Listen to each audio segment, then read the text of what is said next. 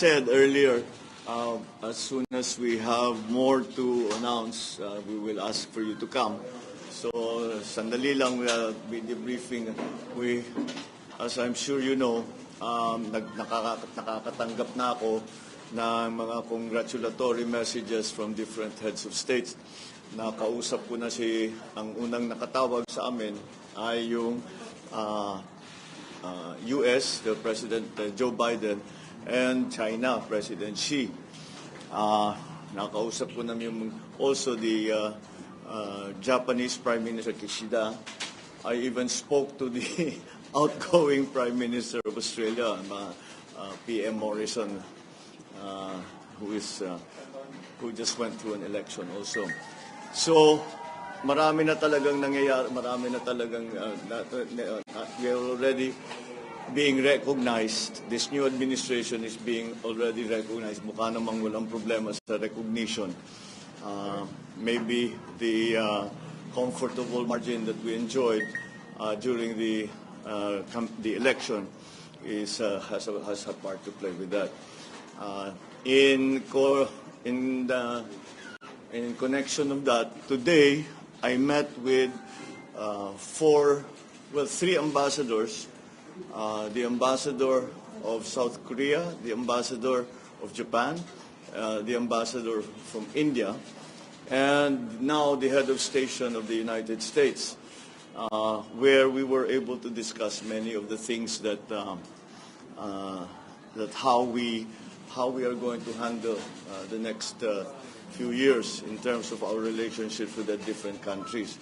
Ang aking lang laging pinapaalala sa kanila, sinasabi ko, palagay ko, sa pandemyang ito, ang recovery ng lahat natin ay hindi kakayanin ng kahit isang bansa, kahit gaano kayaman. Kailangan the partnerships will be the one that will bring us through.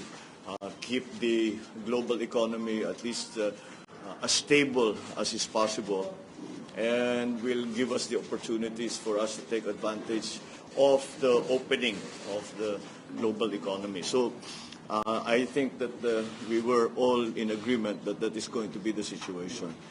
Specifically, in Japan, Ambassador, we spoke about some of the ODA projects that JICA ODA that possibly we can pursue.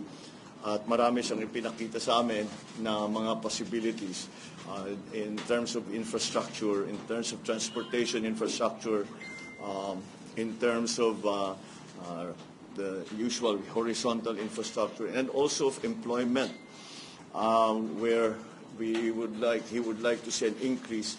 Japan would like to see an increase of employment of Filipinos in Japan. So that we will pursue those opportunities further. With the ambassador of South Korea, napag-usapan namin yung IT, digital communication, because South Korea is still considered to be one of the best in the world when it comes to IT. And I said, kung sana matulungan mo kami diyan. Pinag-usapan din namin with the South Korean ambassador, napag-usapan din namin yung offer nila at yung nakapunta na rito ng mga expert na nuclear power para tignan ang Bataan Nuclear Power Plant para makita kung ano ba ang maaring gawin. Pwede pa bang ituloy o kailangan na magtayo ng bago? What are the things that we will have to do? So, binuhay namin ulit ang diskusyon na yon. Although they have come before, we will now study their recommendations and their findings, and we will see if it can still apply. Because as we have been talking about all through the campaign, isa sa pinakamalaking problema is the supply of power.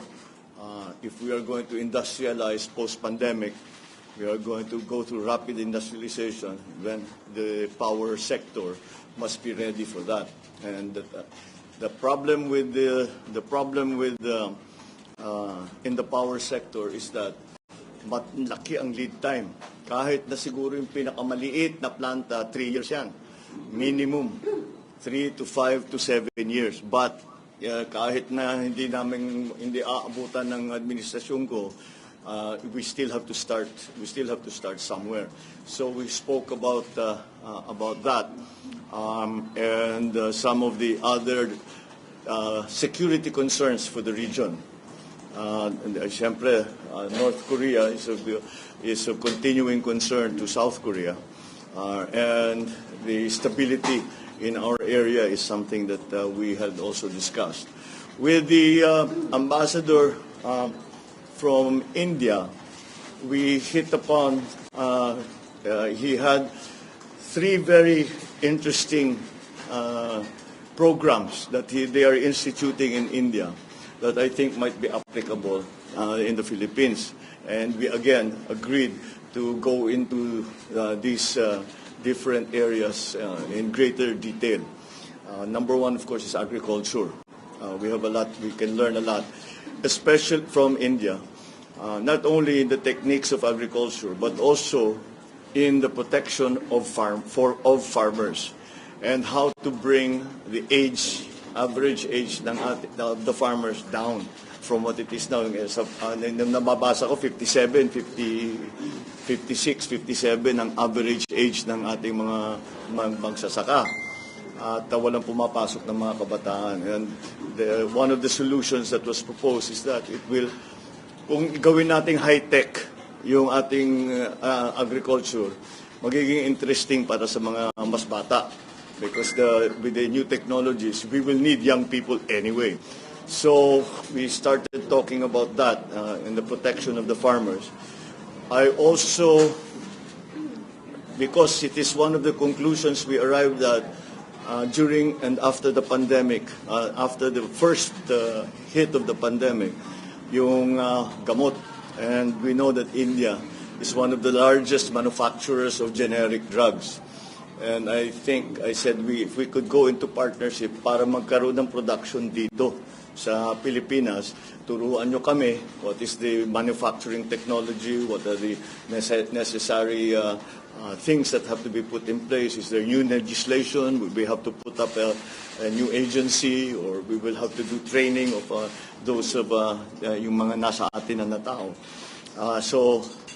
But in the end, to be able to provide at least the basic, yung mga basic lang na mga gamot na dito na nanggagaling.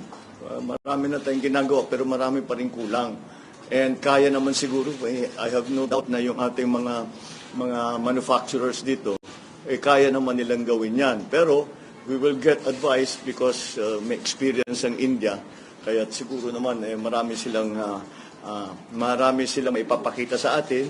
Titignan natin kung babagay dito sa Pilipinas, baka maka-adapt tayo, and we will also be able to pursue that.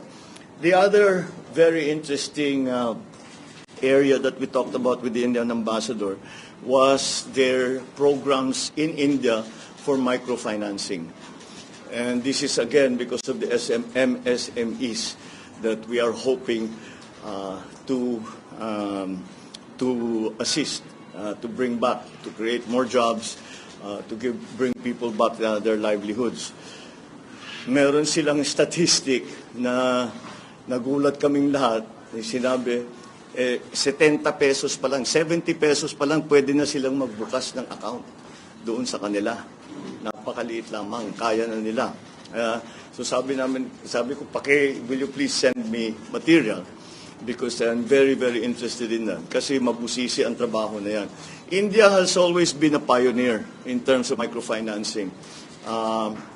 But they have taken it already to this level na kahit ganun lang kaliit ang puhunan mo, pwede ka na magkabangko, pwede ka na magka-bank account, pwede ka na maghanap buhay, pwede ka na magnegosyo. And with the American charge, well, as you can imagine, pagka kausap natin Amerikano, marami talaga kaming pag-uusapan.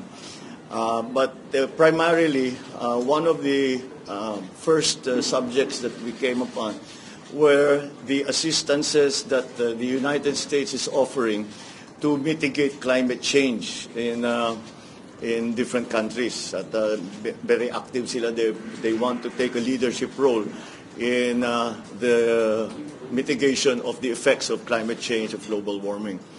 And I said, it is that became, nung nakita ko sa brief na yun ang kanilang ginagawa, ay nakita ko kagad kasi napakataas natin, top 3 tayo at risk sa climate change. So that is immediately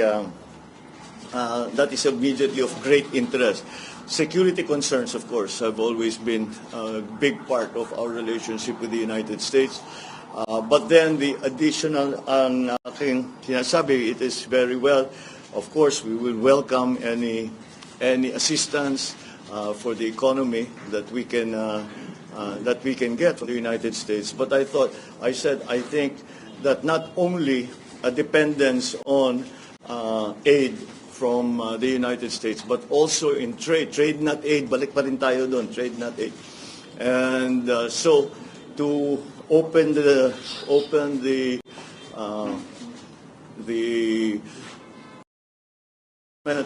bureaucracy, this administration, to the possibilities of private partnerships, joint venture from the Philippines and with the American. Marami naman tayong history sa ganyan. Marami nagbubukas dito na kumpanya na American for a long time now. So that is a well-established route or role that we have the part of our relationship. Siyempre, security concerns, pinag-usapan namin, the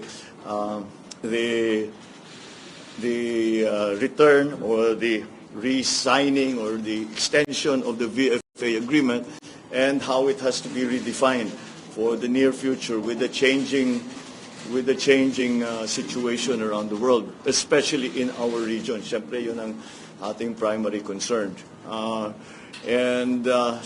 we talked about some new technologies that might be available to us in terms again of power generation, but which ang usapan talaga nasa climate change. Napunta kasi naman climate change na pupunta yan sa lahat ng sektor. Kaya yun ang napunta sa power, napunta sa agri, napunta sa iba't ibang sektor. So that is the extent of my discussions with the ambassadors today, with some of the diplomats that came to see me today. This is not the first time I've met with them. This must be about the second, third, or fourth time already. Dahil nung kampanya pa lang, marami nang pumupunta, nagtatanong, ano ba talagang iniisip mo, ano yung binabalak mo. And this is just to further the discussion so that we get into actual practical detail. Hindi lang yung mga vague ideas of what can be done, but really to dig down and to see what can be done, what needs to be done para mag-succeed itong mga program na ito. What do we have to do in the Philippines? What can we expect from our partners around the world? So that's basically it. Except for some of, I think yung inaantay nyo talaga yung mga appointment. No? Well, na ano tayo ni our friend, the incoming DOJ secretary has already announced it himself. So sa segundahan ko na lang siya that Boying Remulla, I have asked him to join the government as DOJ, the Secretary of the Department of Justice. I think he will be very good. He has, as you know, he has a great many years of experience in government, number one. And what many people do not know is that he's actually a very, very good lawyer. And so I think he will fit very nicely into the DOJ. I guess we can talk about our last meeting already. I had over lunch the former Secretary Laguesma of DOLE and Toots Ople to talk about the labor segment, both DOLE and the new Department of Migrant Workers. So our new my nominee for Dole is going to be the former Secretary Laguesma, to return. And we've asked help from Tuts Opre to organize already the Department of Migrant Workers, so that when the time comes that we are mandated to start operations, we are ready. Hindi na tayo mag-a-adjust, hindi na tayo magpapalit. Kaya ang naging concern ko is mahirap naman kung magbabago tayo 2 years from now, babaguhin natin dahil magkakaroon ng migrant worker, Department of Migrant Workers, kung ititigil pa natin ang services bago tayo nag-organize. So sabi ko, para hindi matigil ang functions, ay ngayon pa lang, umpisahan na nating pag-isipan kung ano ang gagawin natin para pagdating ng panahon ay mabilis na. The Department of Migrant Workers from the day one will immediately be operational and performing its function. That's really my general policy sa lahat na ito, is to fix policy as early as now, so that when the time comes that we are giving now our nominations to the CA, ay mabilis na ang magiging proseso. At kahit na hindi pa ma-confirm yung mga iba, hindi pa natapos ang confirmation process ng mga iba, ay ang mangyayari ay marami na tayong naintindihan na ng mga tao natin, the cabinet secretaries and the rest of government, kung ano yung kailangan gawin, what is expected, what the timetable has to be, so that we can immediately start work as soon as the term of the next administration begins. I have also tapped an old friend who also was formerly in this position, Arce Balisacan, who was our former NEDA, and I've asked him to return to NEDA. I've worked with him extensively in the time that I was governor. We have very similar thinking in that regard. Kaya't malakas ang loob ko. I know he's very competent. I know his policies are policies that will be to the betterment of our country and for employment, for the development of the economy. Nag-uusap kami ng ilang oras at mukha namang tumutugma ang aming pag-iisip tungkol sa approach natin dito sa mga darating na ilang taon when it comes to the economic managers. I know that siyempre ang punot dulo talaga na susunod na administrasyon is the economy. Kaya alam ko yung inaabangan na talaga ninyo. Allow me and maybe a few more days for me to be able to announce formally who will be part of the labor sector is going to be very much part of any redevelopment and recovery of the economy. So that's part of it. NEDA, obviously. Sa NEDA, having come from governor, sabi ko dapat ibalik natin yung primary function ng NEDA. NEDA, you have to remember, is the National Economic Development Authority. And the process has always been that the provincial development councils will forward their recommendations to the regional development council, which will forward their recommendations. Kasundo kami sa polisiya. Kasi kung di naman sila mag-agree, mahirap naman masyado yun. So we will continue to discuss with them. And should they agree, umpisahan na namin ang mga planning para diyan. So I wanted, technically talaga, dapat after proclamation itong mga announcement na ito. Pero I know na maraming hindi na makapag-antay dahil nga napaka-importante itong mga appointment na ito. But allow me the luxury of a few more days and we will be able to announce more. At the moment, siyempre nakaabang na kami sa canvassing.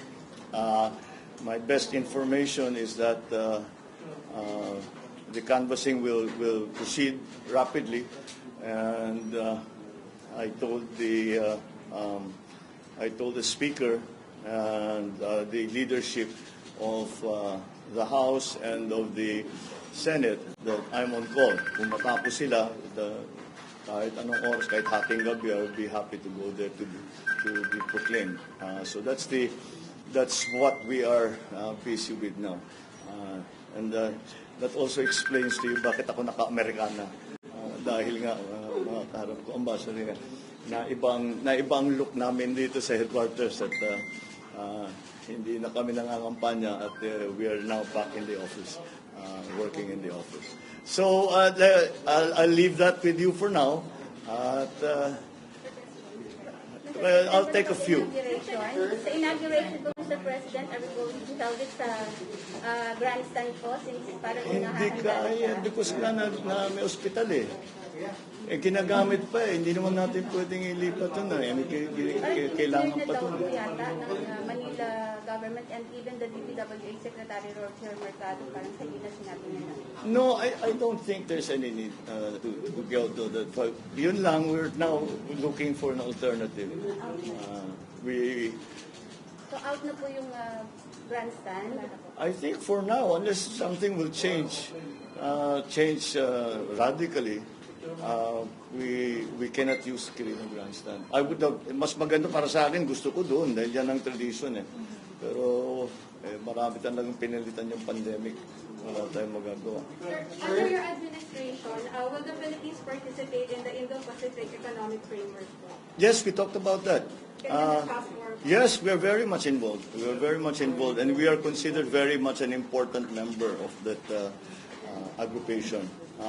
So some of the elements of the Indo-Pacific Regional Treaty are going. We spoke about with the different ambassadors, most specifically with the American charge. So yes, we will be involved in that.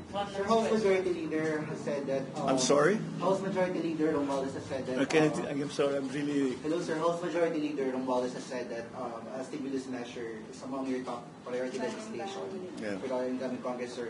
Sir, may we know, sir, if you think that the government still has funds to fund another stimulus package, and then, sir, given that the 90% of the 2022 budget has already been disbursed to various agencies.